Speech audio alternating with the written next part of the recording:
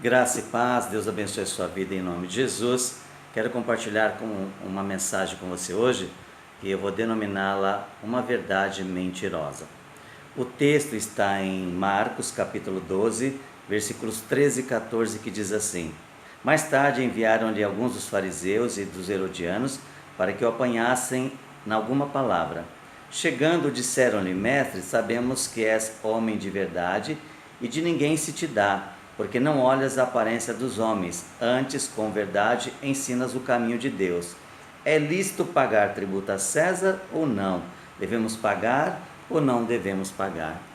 Meu querido irmão, minha querida irmã, Jesus vinha ensinando a palavra do Senhor e estava incomodando muitas pessoas ao desenvolvimento do seu ministério. Como ele era uma pessoa correta, então vieram alguns homens que foram enviados, os herodianos e os fariseus, para em alguma palavra ter do que acusar Jesus, complicar a sua vida, parar com o seu ministério, enfim. Aí um homem faz uma pergunta extremamente maliciosa com uma verdade. Ele fala assim: Senhor, sabemos que és homem de verdade. Verdade. Ninguém se te dá porque não olhas a aparência dos homens, não faz acepção de pessoas e não olha para a aparência.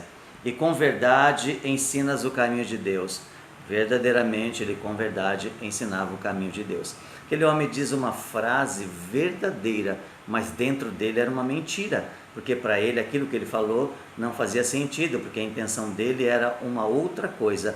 Era com esta verdade absoluta e com a mentira que estava dentro de si, ter alguma coisa para complicar a vida de Jesus.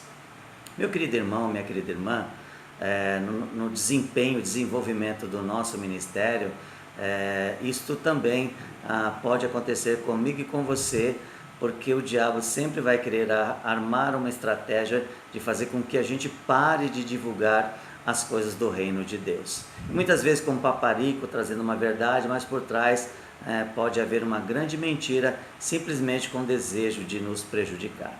A intenção daqueles homens era colocar o Império Romano contra Jesus, se ele dissesse que não precisaria pagar tributo a César, e se ele dissesse que teria que pagar tributo a César, ele seria apontado como traidor pelos judeus e sendo julgado pela lei de Moisés. Claro que Jesus, com muita sabedoria, ele soube lidar com aquela situação, e a mesma coisa que eu e você precisamos quando isto acontecer comigo ou com você. Ter sabedoria para lidar com essa situação.